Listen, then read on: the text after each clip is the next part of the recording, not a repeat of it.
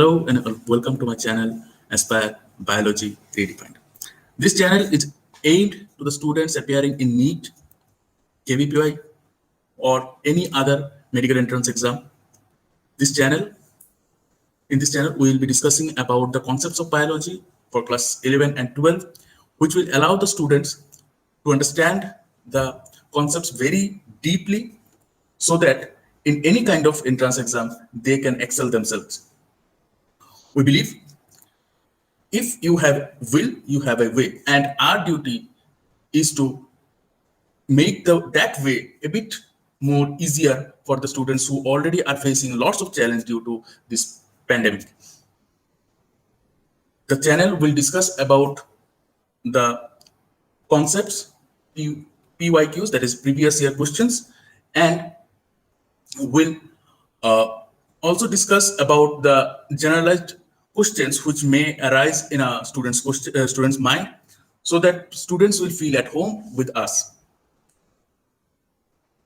The structure of the courses that we have designed are always student friendly, and starting from the very low level going to the most advanced level, the channel will provide all kinds of help to the students. Today we'll be starting our cell biology classes. So the cell biology in total consists of 3 chapters. It's the third unit of class 11. The reason behind starting with cell biology is to because it is the core of the biology. Whatever you study in biology, this is the core.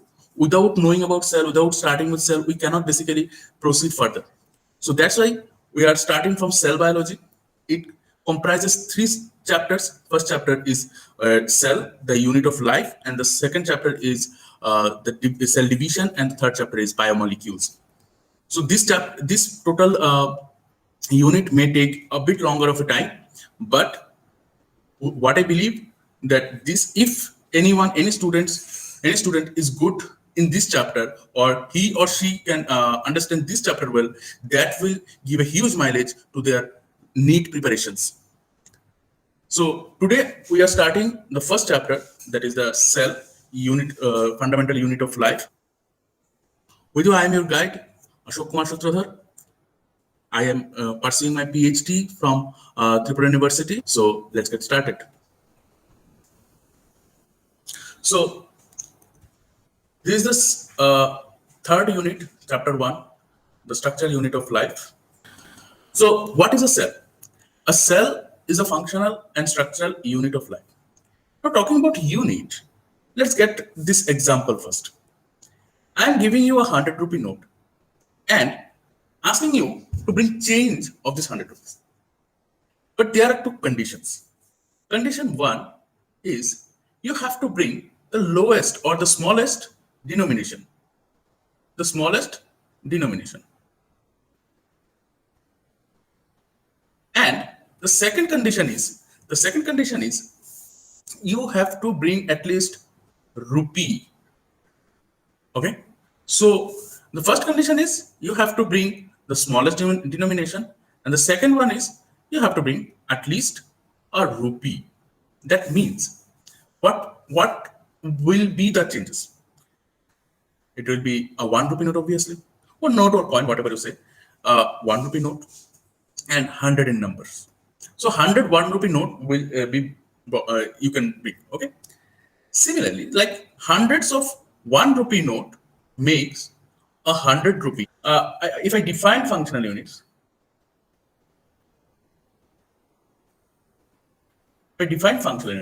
functional unit will be the smallest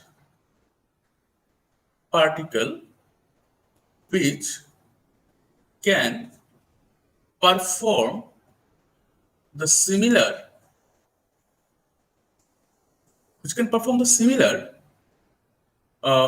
actions like the organism.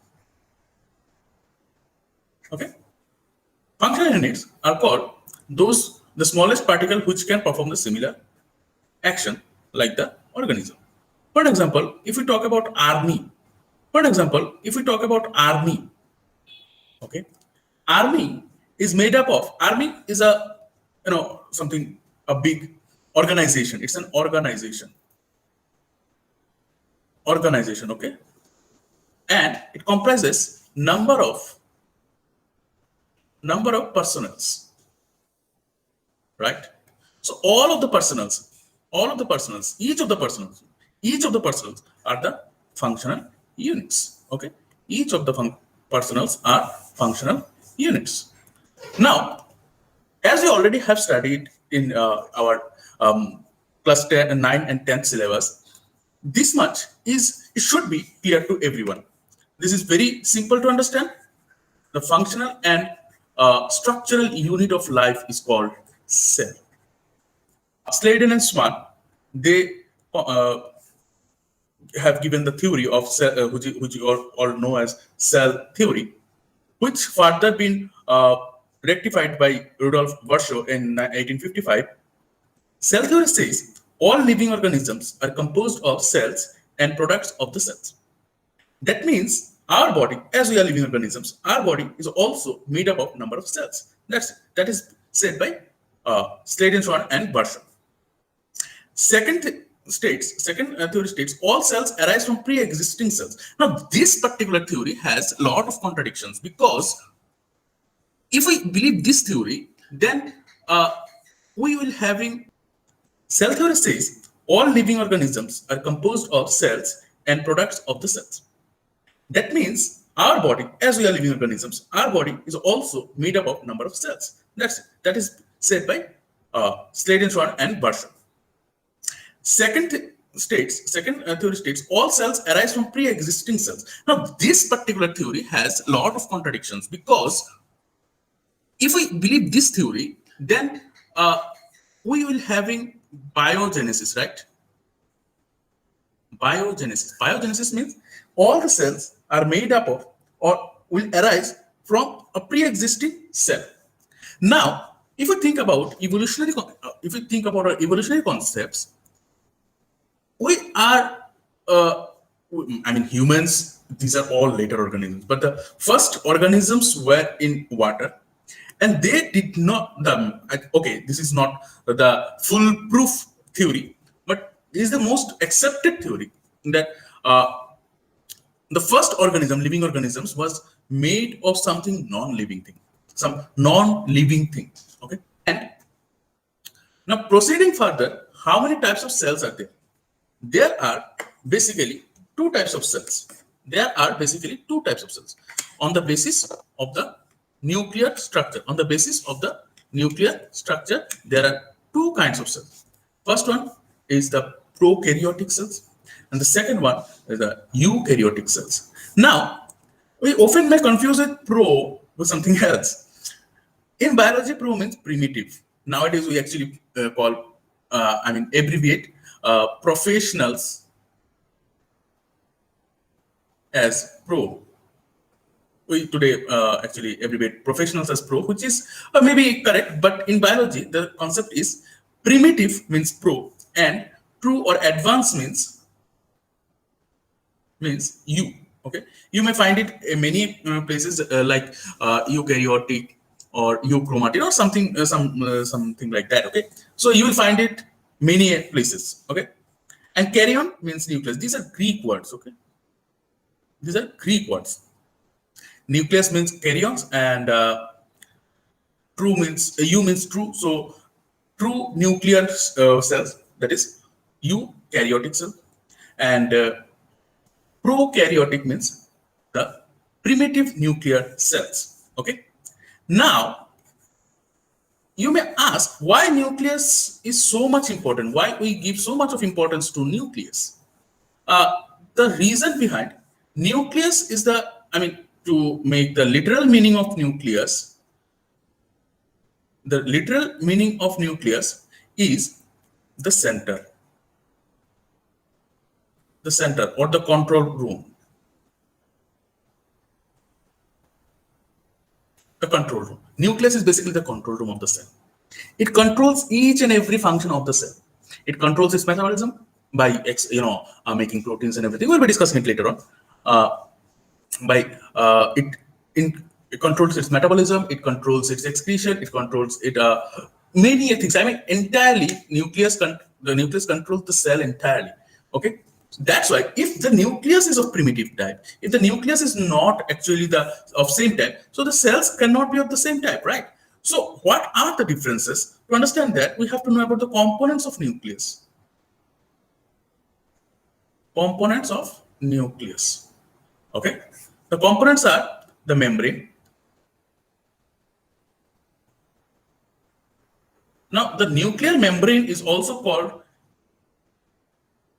karyotheca. Then comes the matrix, the plasma of the nucleus, so which is also named as, which is called nucleoplasm, also called karyoplasm. Okay. Third one is the nucleolus, and the fourth one is chromatin fiber. Okay, so these are the four basic structures. Now, one may argue that there are many more things in the nucleus. Yes, there are absolutely a lot of things in the nucleus, but these four are the main things, the primary things of the nucleus. Okay, and in prokaryotic cells, they basically lack all of them. They lack all of them. It may be questioned that no, they have DNA, which are basically the the relaxed shape of chromatin fiber. That is, chromatin fiber is condensed shape. The relaxed shape is DNA molecules, what DNA strands. Okay. In prokaryotic cells, we do not have chromatin fibers. Okay, we have DNA. Chromatin fiber means histone bound DNA or primary packaged DNA. Okay, so chromatin means histone bound DNA, which is lacking in prokaryotic organisms. So this is the basic difference of I mean, not the basic difference, the basic concept of differentiating two cells.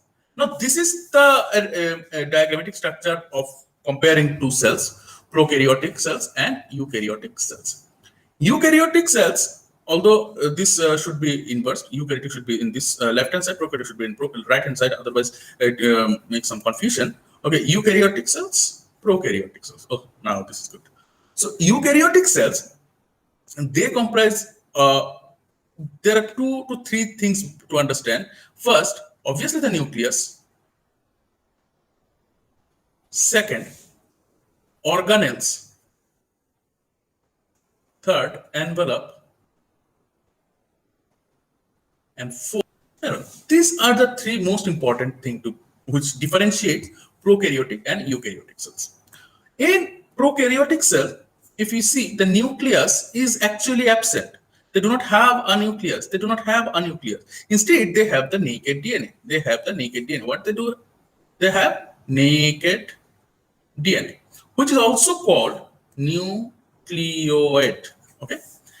On the other hand, obviously the eukaryotic cells, they have a well-defined nucleus. What do they have? Well-defined nucleus. Okay.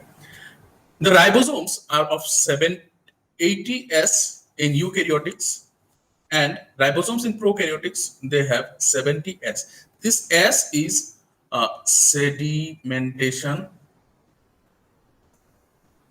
coefficient. Now, what is sedimentation coefficient? It will be discussed when we discuss about ribosome in details. So there is nothing to worry about. We will be discussing all the on cell organelles in details. So we just are now scratching the surface only. The cell biology is a huge thing, and we will be going further and further. So one should not be worrying about. Now, the most important thing in prokaryotic organisms, they do not have membrane-bound cell organelles. Okay, they do not have cell organelles which are membrane-bound. Instead, they have open organisms. But in case of prokaryote, sorry, it should be in this way, it should be. In prokaryotes, in eukaryotic organisms, they do have membrane-bound organisms, organelles, sorry, like mitochondria, plastids, okay, then lysosome. So these are membrane-bound organelles. There are others also. So this is the concept. And now we have discussed about nucleus. This is different. We have discussed about organelles. These are different. We are discussing about the now envelope. The envelope in prokaryotic organisms, they have plasma membrane, obviously. They have cell wall, and they have capsule. See, most importantly, prokaryotic cells are unicellular. Okay, so if they are unicellular, they require outmost protection from the environment, and that's why they have capsule, cell wall, and plasma membrane. Plasma membrane is just like the animal cell or plant cell plasma membrane. This is the same. So the cell wall is basically made up of peptidoglycan. This is different than that of plants or fungal cells. Okay, so we'll be discussing about the cell wall of plants and fungal cells when we discuss about the those organelles. So there is nothing to worry about. Now you can understand the difference between prokaryotic and eukaryotic cell. Just to summarize all these things, first of all, the nucleus is primitive type, or it should not be said as nucleus. Okay, there is nucleoid. Okay, secondly, membrane bound organisms absent. Okay, third is ribosome 70s, and the fourth is capsule, cell wall, and plasma membrane present. Okay, so this is about the eukaryotic and prokaryotic cells. We have animal cells, we have plant cells, right? The animal cells, the first difference between animal cell and plant cell is this thing.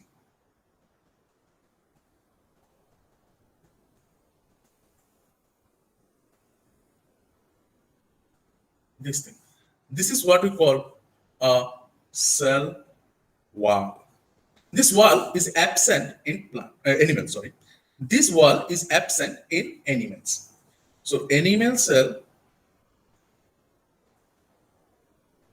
lacks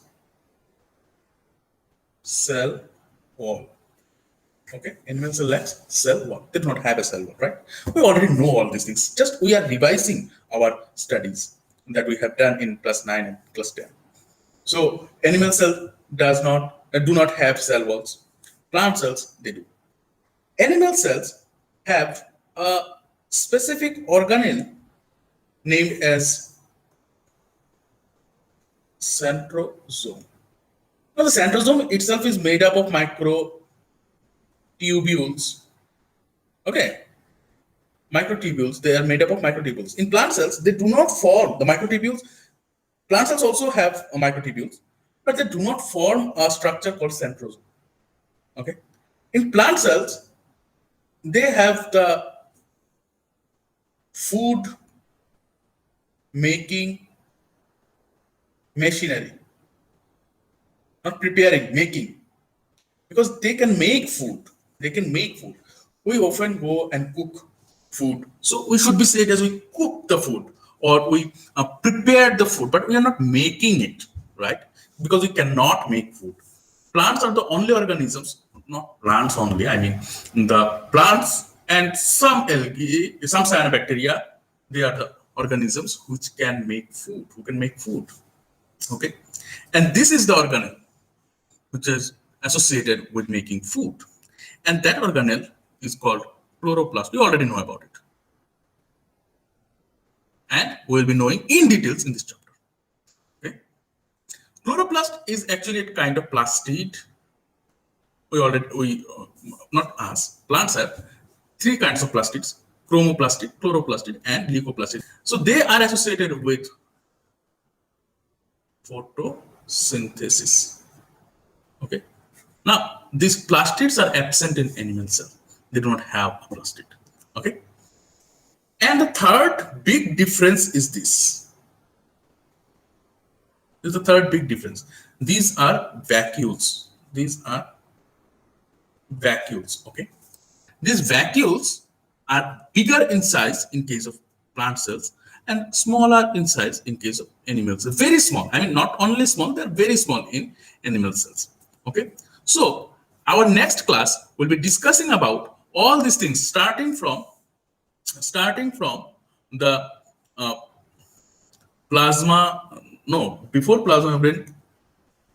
Before plasma membrane, we have cell wall. We'll be talking about cell wall, then plasma membrane, the transport through plasma membrane. This transport is very much important. So cell wall, plasma membrane, then endoplasmic reticulum. Oh, endoplasmic reticulum is present in both cells. Endoplasmic reticulums, Golgi apparatus. These are also present both ways. Golgi apparatus and the rest of the cell organelles except nucleus. Nucleus, we have to study a lot about nucleus. We have to study in details about nucleus. So our next class will be dedicated to 3 to 4 cell organelles, and on the following classes we will be completing all the cell organelles. That was all for today's session. Be safe, take care of yourself, and take care of your family. Good night.